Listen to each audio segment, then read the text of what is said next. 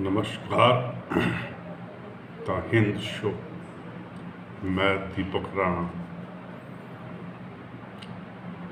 यह लेख माननीय हृदय नारायण दीक्षित जी का है, जो उत्तर प्रदेश विधानसभा के पूर्व अध्यक्ष हैं और इनका यह लेख दैनिक जागरण में प्रकाशित हुआ है। लेख इस प्रकार है। राष्ट्रीय जांच एजेंसी यानी NIA ने हाल में पुणे के डॉक्टर अदनान अली को गिरफ्तार किया है। MBBS MD अदनान 16 वर्षों से चिकित्सा क्षेत्र में सक्रिय था। उसे अंग्रेजी, हिंदी, मराठी और जर्मन भाषाओं का ज्ञान है। इतनी उच्च शिक्षित होने के बावजूद वह आतंकी गतिविधियों में लिप्त था। वह खूंखार आतंकी संगठन इस्लामिक स्टेट में नौजवानों को भर्ती करने की कोशिश कर रहा था। सामान्य धारणा यह है कि उच्च शिक्षित लोग संस्कारवान और अपराध से दूर रहते हैं, मानवता और राष्ट्र के प्रति संवेदनशील होते हैं, लेकिन वस्तुस्थिति इससे भिन्न है। ऐसे मामले दर्शाते हैं कि शिक्षित होना संस्कारवान होने की गारंटी नहीं। अल-कायदा सरगना ओसामा बिन लादेन से लेकर अल-जवाहिरी और जैश-ए-मोहम्मद से जुड़ा अफजल गुरु भी उच्च शिक्षा प्राप्त था। भारत की प्रशासनिक सेवाओं में कार्यरत अधिकारी भी उच्च शिक्षित होते हैं, लेकिन कई लोक सेवक गंभीर भ्रष्टाचार में लिप्त पाए गए हैं। राष्ट्र जीवन के अन्य क्षेत्रों में भी उच्च शिक्षित लोगों को ऐसी स्थिति देखने को मिलती है।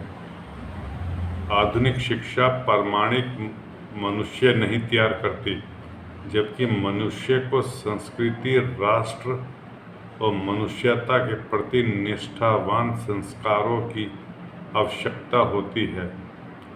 आदर्श नागरिक बनाने के लिए मनुष्य का प्रबोधन आवश्यक है। यह शिक्षा के माध्यम से होना चाहिए, किंतु स्थिति निराशाजनक है। वर्तमान शिक्षा आजीविका प्रबंधन और धन संपदा अर्जित करने का उपकरण मात्र बनी हुई है। प्रसिद्ध विचारक जे कृष्णमूर्ति ने कहा है, शिक्षा का मतलब कुछ परीक्षाएं पास कर लेना ही नहीं होता, बल्कि सभी समस्याओं पर विचार करने के योग्य बनना होता है। शिक्षा का तात्पर्य यही है कि आप स्वतंत्रता पूर्वक बेरोक-टोक विकसित हो सकें। शिक्षा की संस्कृति के साथ जुड़ना जरूरी है। वस्तुतः संस्कृति कुछ और नहीं, बल्कि उच्चतर जीवन मूल्यों के संवर्धन का ही नाम है। भारत के संविधान में इसे मूल कर्तव्यों के अंतर्गत सामाजिक संस्कृति कहा गया है।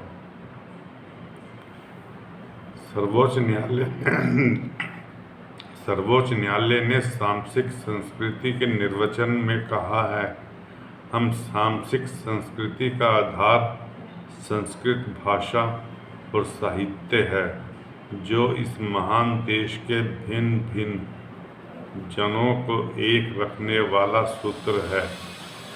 इस देश के लोगों में अनेक भिन्नताएं हैं।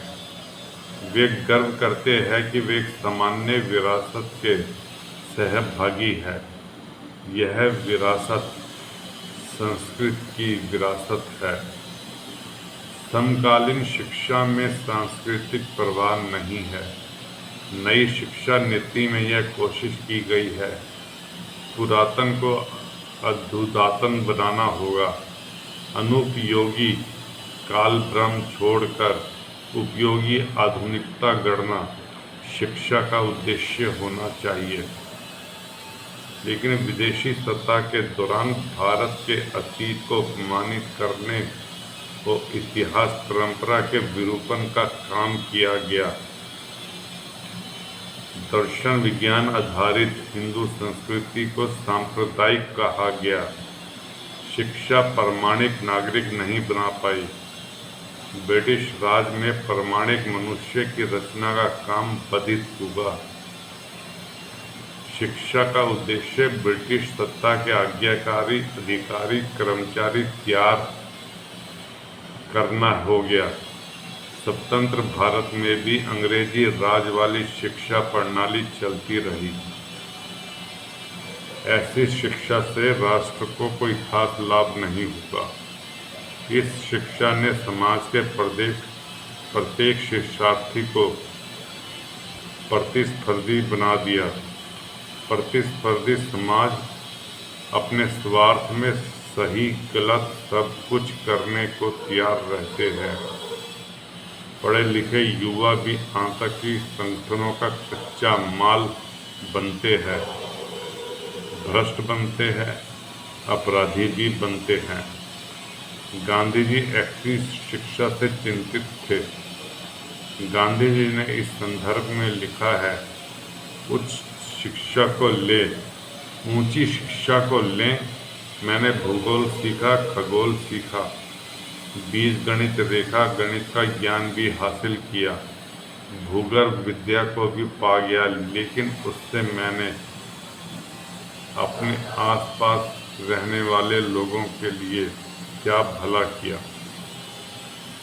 अगर यही सच्ची शिक्षा हो तो मैं कसम खाकर कहूँगा कि जो शास्त्र मैंने गिनाए हैं उनका उपयोग मुझे नहीं करना पड़ा।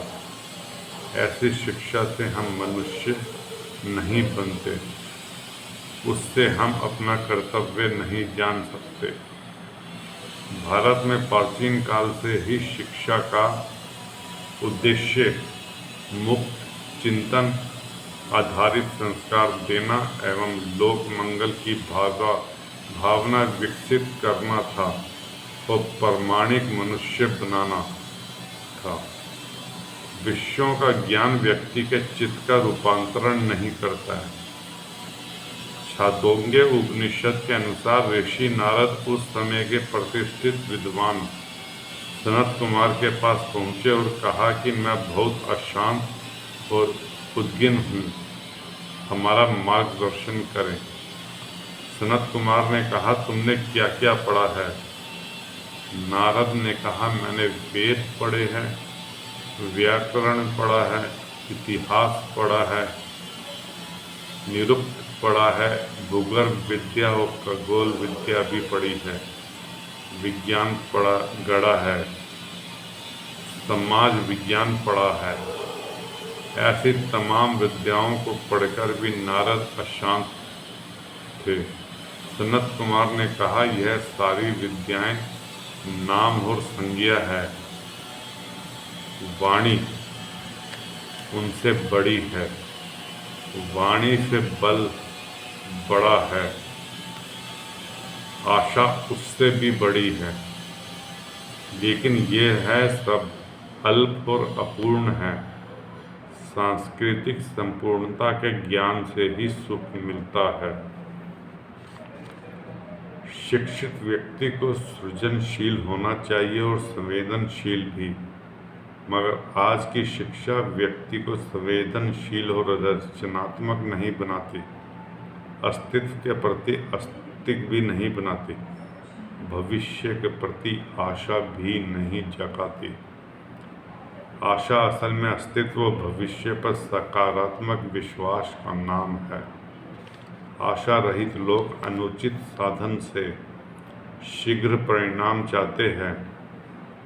उनका अंतःकरण गलत काम रोकने के निर्देश नहीं देता। शिक्षित अपराधियों की सफलता गलत काम की प्रेरणा देती है। भारतीय ज्ञान परंपरा में गलत कार्य को भी पाप और लोक मंगलकारी कार्यों को पुण्य कहा गया है। यहाँ पुण्य कर्म शुभ फल दाता है और पाप कर्म दंडनीय। अच्छी बात है कि आज़ादी के 75 वर्ष बाद केंद्र सरकार ने भारतीय ज्ञान परंपरा को महत्व दिया है। शिक्षकों से अपेक्षा की गई है कि वे अध्यापन में भारतीय ज्ञान से संबंधित उदाहरण दें। उच्च शिक्षा प्राप्त लोगों का आतंक जैसे जघन्य अपराधों से जुड़ना गंभीर चिंता का विषय है। अदनान सहित तमाम उच्च शिक्षा प्राप्त लोगों का आतंक में लिप्त होना विश्व की चिंता का विषय है। यह लेखक का नाम हृदय नारायण दीक्षित जी है, जो मैंने पढ़कर आपको सुनाया है। वह भारतीय जनता पार्टी की तरफ से उत्तर प्रदेश के पूर्व